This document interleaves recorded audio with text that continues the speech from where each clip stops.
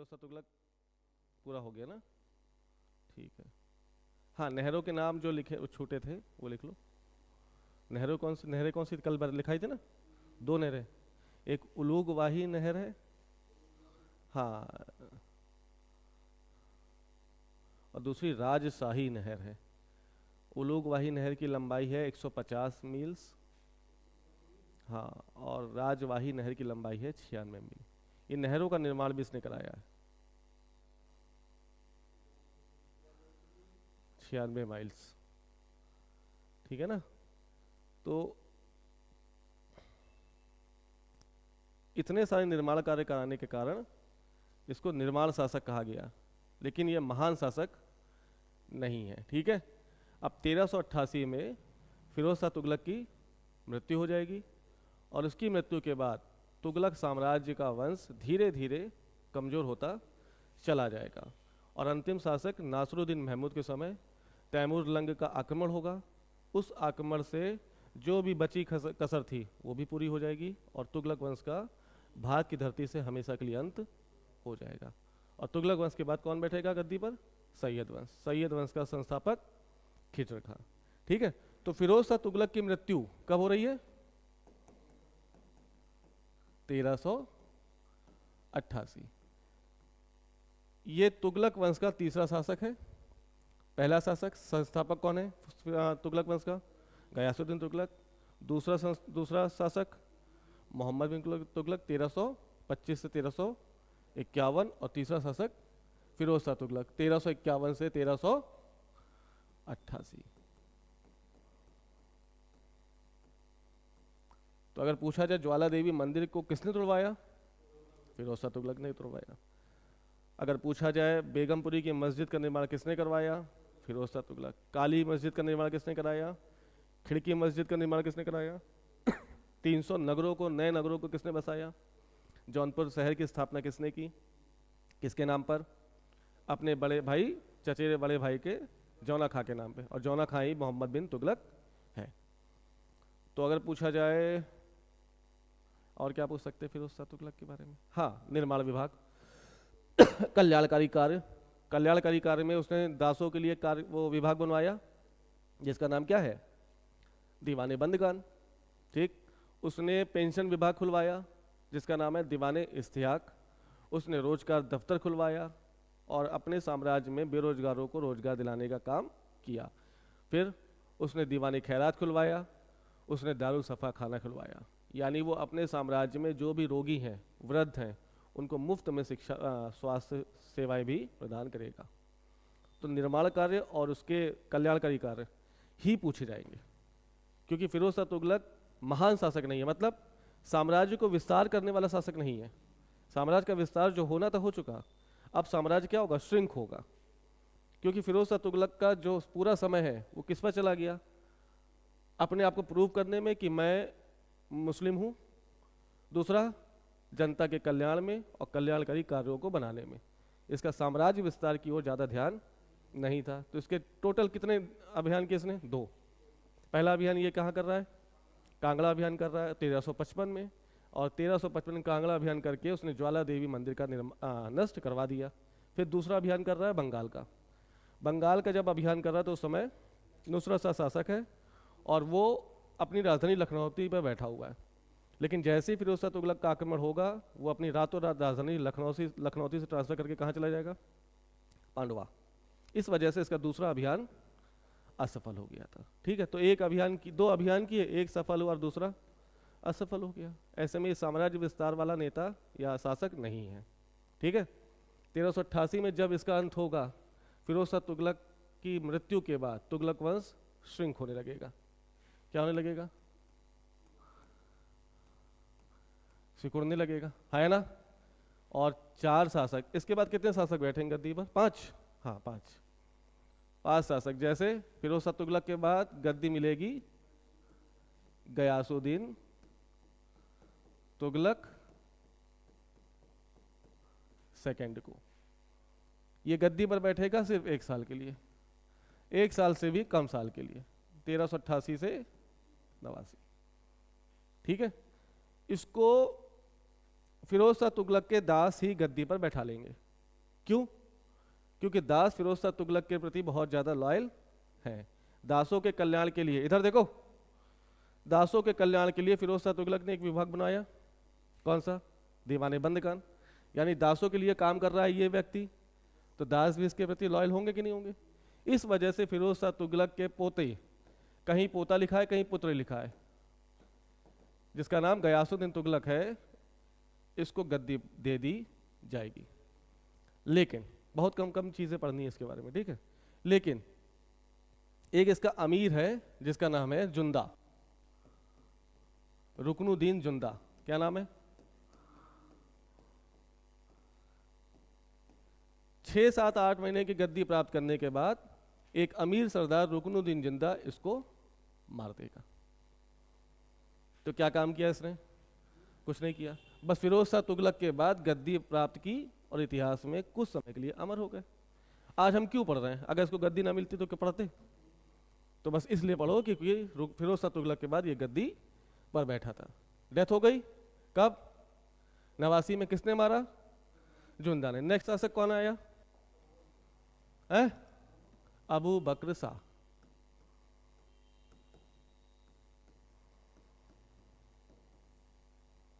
1389 से 1390। ये भी 1 साल गद्दी पे बैठेगा। कैसा शासक है? फिरोज शाह तुगलक के बाद जो भी शासक बैठेगा तुगलक वंश का, वो कैसा है? कमजोर। तो ये भी कैसे होंगे? कमजोर।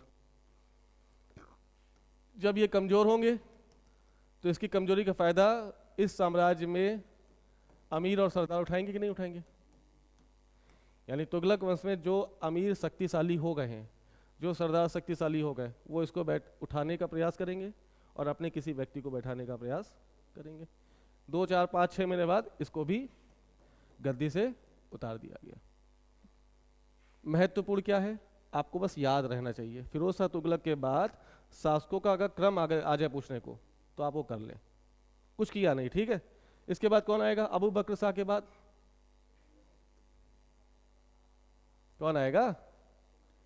नासरुद्दीन मोहम्मद। नासरुद्दीन मोहम्मद, ये भी फिरोज शाह तुगलक का पोता था। टाइम पीरियड 1390 से 1394। ये भी कैसे शासक है?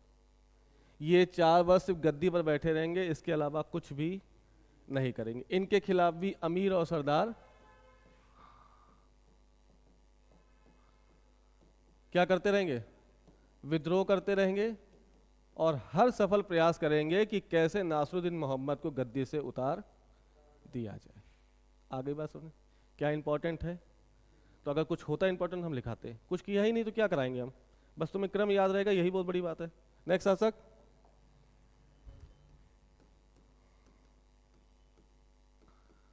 सिकंदर शाह 1394 से 1394।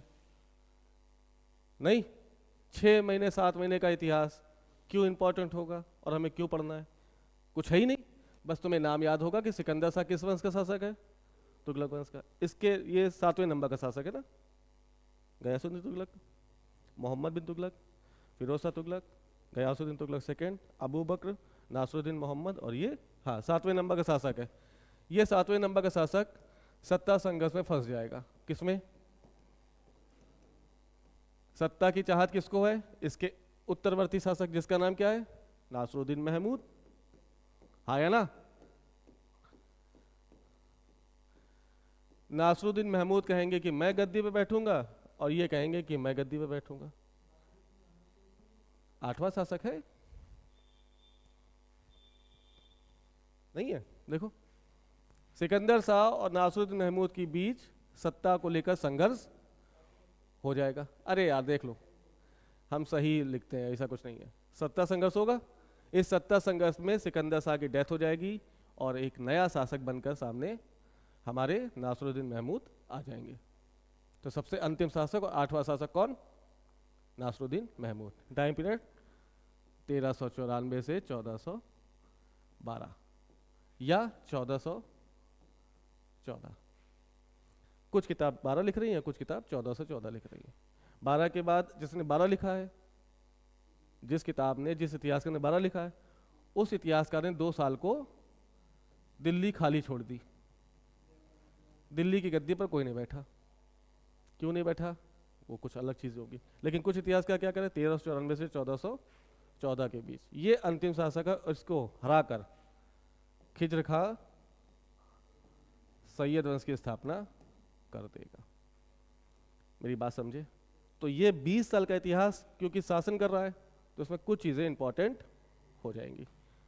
तो लास्ट शासक कौन, नासरुद्दीन महमूद। क्या भाई? हाँ हाँ हाँ हाँ, खिज्र खां एक वो भी हैं, अलाउद्दीन खिलजी के बेटे। किससे ब्याह कर रहे हैं वो? अलाउद्दीन खिलजी के बेटे खिज्र खां का ब्याह किससे हुआ? हाँ, देवल रानी। और अमीर खुसरो ने एक किताब भी इनको समर्पित की थी, देवल रानी खिज्र खां ने। ठीक, तो नासरुद्दीन महमूद का टाइम पीरियड 1394 से 1414, 20 साल का शासन है। इसके काल में सबसे बड़ी घटना होती है तैमूर लंग का आक्रमण।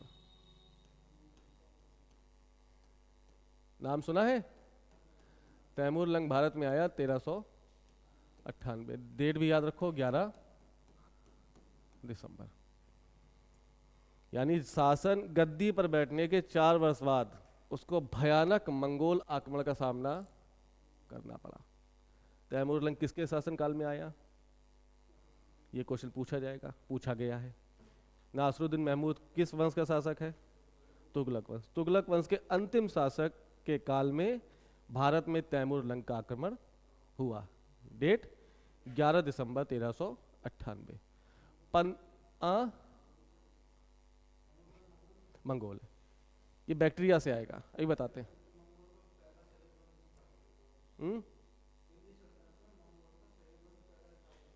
मंगोल नहीं शासन करेंगे, ये इसको मार देगा, हरा गद्दी से उतार देगा। और गद्दी से उतारेगा क्यों? क्योंकि सहायता के लिए खिज्र खां ने इसकी सहायता की थी। किसकी? तैमूर लंग की। तैमूर लंग की सहायता नासरुद्दीन महमूद को हराने के लिए किसने की? खिज्र खां। खिज्र खां इसका सेनापति है, नासरुद्दीन महमूद का। लेकिन ये किसके साथ मिल गया? तैमूर लंग। तैमूर लंग खिज्र खां के साथ मिलकर 15 दिन भारत को कस के लूटेगा, वापस चला जाएगा 26 दिसंबर 1398 को।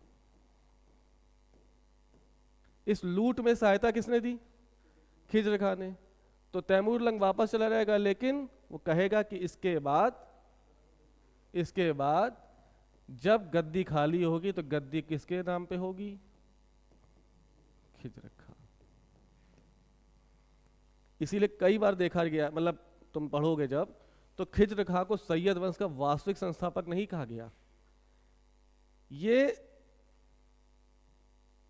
मतलब क्या बोले, एहसानों के तले दबा हुआ था। किसके? तैमूर लंग के। एहसानों के तले दबा है तो कभी भी सुल्तान की उपाधि नहीं लेगा। वो हमेशा किसके प्रति लॉयल रहेगा? अगर सुल्तान की उपाधि ले लेता तो तैमूर लंग उठा के पटक देता इनको, तुम्हारी इतनी औकात, तुम्हें राजा बनाया हमने, तुम सुल्तान की उपाधि लोगे। तो डर के मारे इसने पूरा शासनकाल 1414 से लेकर 1421 7 साल का शासन सिर्फ रैयत आला नाम की उपाधि से गुजारा है। किसकी उपाधि? रैयत आला। आला मतलब आला, आला बोलते ना, तुम्हारे आला कौन है? आला मतलब मुखिया। मुखिया कौन? तैमूर लंग। उसका रैयत हूं मैं सुल्तान नहीं हूं। मैं भारत की धरती पे जो 7 साल का शासन कर रहा हूं, किसके लिए कर रहा हूं? तैमूर लंग के लिए कर रहा हूं।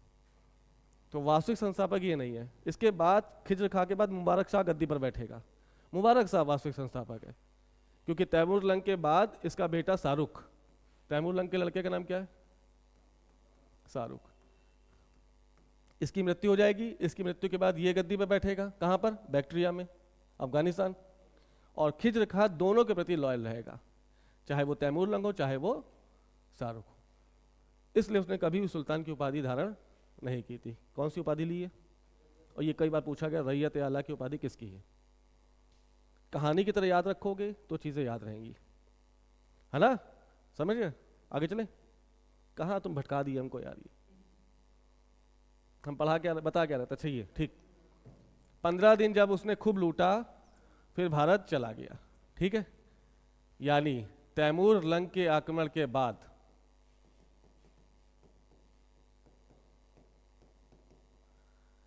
क्या नासरुद्दीन महमूद के पास कोई भी साम्राज्य बचा होगा?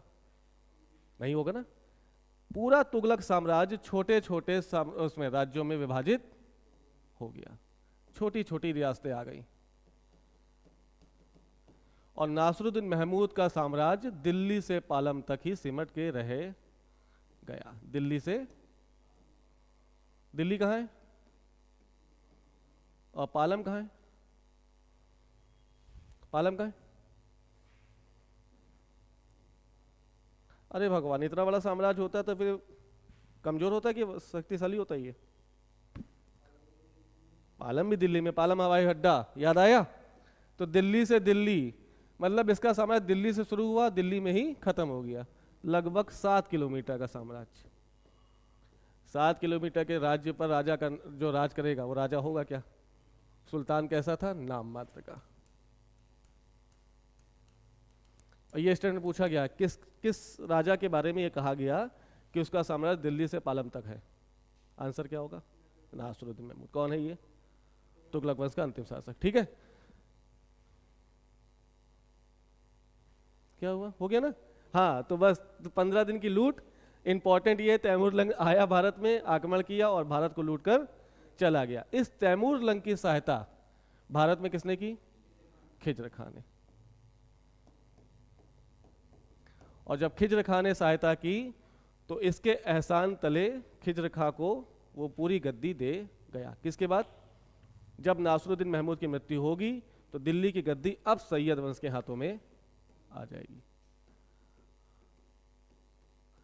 सैयद वंश बोले तो खिज्र खां। लेकिन जब वो गद्दी प्राप्त करेगा और 7 साल शासन करेगा, उस 7 साल के शासन में इसने सुल्तान की उपाधि धारण नहीं की है। वो रैयत आला के रूप में गद्दी पर बैठेगा, ठीक है। अब थोड़ा नासरुद्दीन महमूद के बारे में आ जाओ। कौन है? इसने स्वयं को खलीफा घोषित कर दिया। क्या कर दिया? बस ये इंपॉर्टेंट रखना।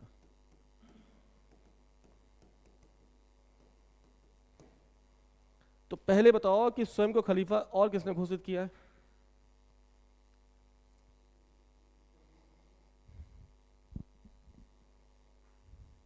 है? हाँ, तो सुल्तान घोषित किया था, खलीफा घोषित किया था? खलीफा किसने घोषित किया है? याद करो। पहला खलीफा जिसने घोषित किया? नहीं ना ना ना, तो क्या माने सुना काम होता है। यही सब क्वेश्चन आंसर आ रहा होगा ना। अलाउद्दीन खिलजी आ रहा होगा, बलबन आ रहा होगा, नहीं है ना। स्वयं को खलीफा घोषित करने वाला पहला सुल्तान कौन है? बताएंगे नहीं, आप इसको कमेंट करिएगा। आपके लिए भी ऑनलाइन फ्रेंड्स और आपके लिए भाई साहब फ्रेंड्स, ये सब देखो और बताओ क्या क्वेश्चन। पहला सुल्तान बताऊंगा नहीं मैं, जिसने स्वयं को खलीफा घोषित किया। ऑप्शन दे, ऑप्शन मिलो। अच्छा देखो, नासरुद्दीन महमूद खलीफा घोषित कर रहा है ना अपने आप को। ये कौन है? नासरुद्दीन महमूद। लेकिन ये पहला नहीं है, ये दूसरा शासक है जो अपने आप को खलीफा घोषित कर रहा है। मेरा क्वेश्चन क्या है कि पहला सुल्तान, दिल्ली सल्तनत का पहला सुल्तान जिसने स्वयं को पहली बार खलीफा घोषित किया। ऑप्शन मिलो।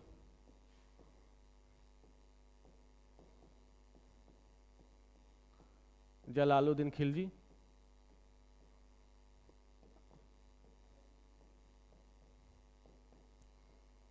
अलाउद्दीन खिलजी,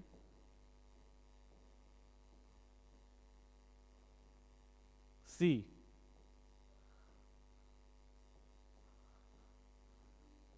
कुतुबुद्दीन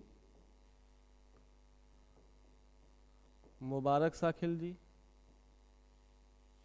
हाँ, किताब पलटने की जरूरत नहीं है। डी।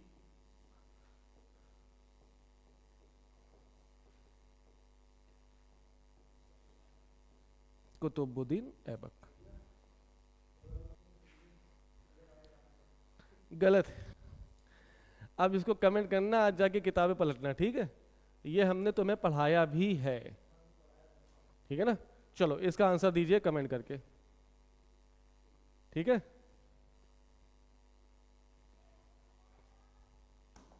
अब थोड़ा सा तैमूर लंग के बारे में देख लो, बस ये जो भारत आ रहा है, तैमूर लंग, ये भारत बैक्टीरिया से आया। कहां से आया? बैक्टीरिया। बैक्टीरिया कहां पर है? बैक्टीरिया कहां पर है? अफगानिस्तान। अफगानिस्तान में एक जगह है कैच। कैच नामक प्रदेश से भारत आ रहा है तैमूर लंग।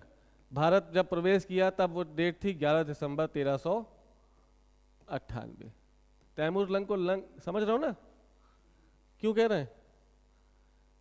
एक आक्रमण के समय, एक अभियान के समय इसकी टांग कट गई थी, तो लंगड़ा था। लंगड़ा होने के बावजूद भी बहुत शक्तिशाली, बर्बर। कैसा? ऐसा कहा जाता है कि इसकी मृत्यु हो गई, मृत्यु के बाद भी इसके खौफ की वजह से किसी ने गद्दी प्राप्त नहीं की थी, किसी ने विद्रोह नहीं किया था कि अगर खुदा ना खास्ता तैमूर लंग जिंदा हुआ और वापस आ गया तब क्या होगा। तो कई साल तक शांति बनी रही थी इसकी डेथ के बाद भी। ऐसा खतरनाक आदमी था, ठीक है? खून पीता था, खून पीने का बड़ा मजा आता था उसको, सच में खून पीता था, और इंसान के मांस खाता था। आज दिल खाने का मन कर रहा, जाओ पकड़ ला उसको, आया दरबार में, काटा, दिल निकाला, खा गया। आज किडनी खाने का मन कर रहा, आज लिवर खाने का मन कर रहा है। जी हाँ।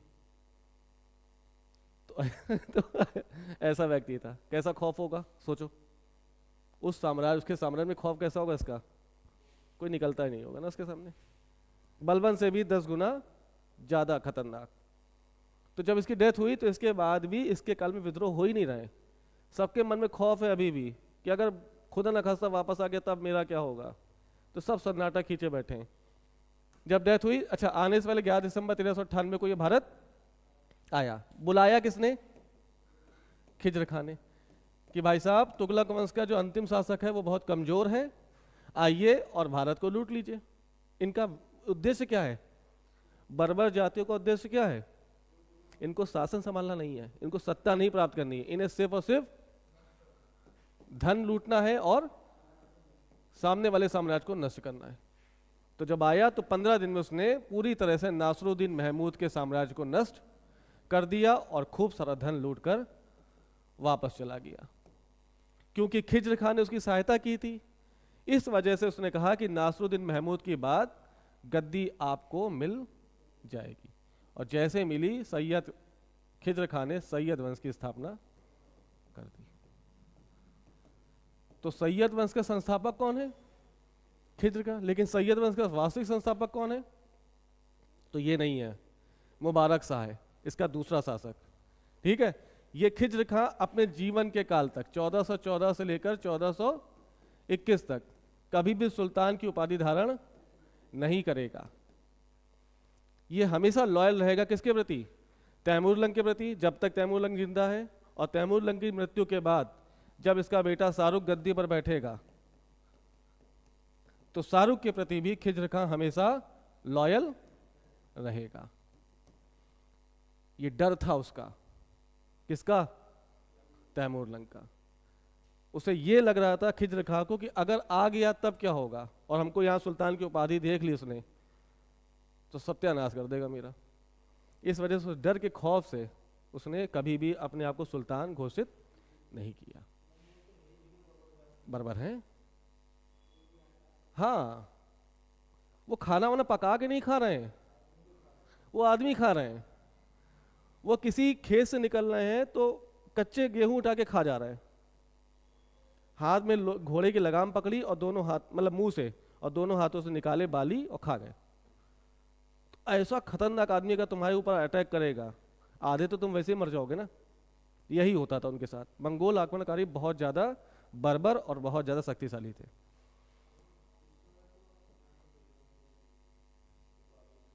किसने? हम सुल्तान की बात कहाँ कर रहे हैं, खलीफा की बात कर रहे हैं यार। सुल्तान और खलीफा में क्यों कंफ्यूजन कर रहे हो तुम? अब ढूंढो ढूंढो, शाम का टाइम है, आपको कमेंट करके जवाब दीजिएगा। हाँ ठीक, चलो ठीक है। तो 15 दिन लूटने के बाद ये वापस चला गया और नासरुद्दीन महमूद का अंत हो गया और भारत की धरती से तुगलक वंश खत्म। ठीक है, अब नया वंश कौन सा? सैयद वंश। तो पहले देख लो तुगलक वंश का थोड़ा सा ब्रीफिंग, हम क्या क्या पढ़ चुके हैं। टाइम पीरियड 1320 से 1414। कितने शासक? तो पहला हमने देखा गयासुद्दीन तुगलक। जब ये आपके पास ऑनलाइन क्लास पहुंचेगी तो प्लीज ये लिस्ट जरूर बना लेना, 1320 से 1325। दूसरा शासक मोहम्मद बिन तुगलक, 1325 से 1351। तीसरा शासक फिरोज शाह तुगलक, 1351 से 1388। ठीक है। चौथा शासक Ghiyasuddin Tughlaq second, Ghiyasuddin Tughlaq second, time period 1388 से 1389। नेक्स्ट शासक अबू बकर शाह, 1389 से 1390। आखिरी इसके बाद मोहम्मद शाह,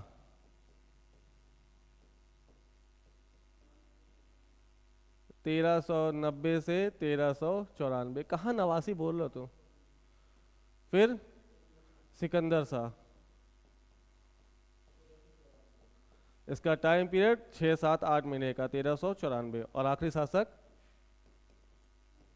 नासरुद्दीन महमूद, 1394 से 1414। कितनी क्लासेस हो चुकी हैं तुगलक वंश को लेकर? 3 या 4? ये चौथी क्लास है ना। 4 क्लासों में आपको इतने शासक अगर पढ़ ले रहे हैं और उनको सही से याद कर ले रहे हैं तो तुगलक वंश आपका तैयार हो गया। ठीक है ना, याद रखना ये सब चीज़ें आपको याद होनी चाहिए। सीक्वेंस पूछा जाएगा, कभी भी इसका नहीं पूछेगा। अगर यूपीएससी सीक्वेंस पूछेगा या स्टेट पीएससी सीक्वेंस पूछेगा तो ये इनके पूछेगा, नीचे के। और यहाँ पे कंफ्यूज हो जाओगे तो क्वेश्चन गलत हो जाएगा। ठीक है, बाकी कल हम लोग सैयद वंश के लिए पढ़ेंगे। ठीक है, ठीक है। फिर अगर आपको क्लास अच्छी लगी हो तो प्लीज़ मेरे चैनल को लाइक कर लीजिए, शेयर कर लीजिए और सब्सक्राइब कर लीजिए, क्योंकि ये सब चीज़ें आपके पेपर के लिए काफ़ी फ्रूटफुल होने वाली हैं। चलिए मिलते हैं कल फिर।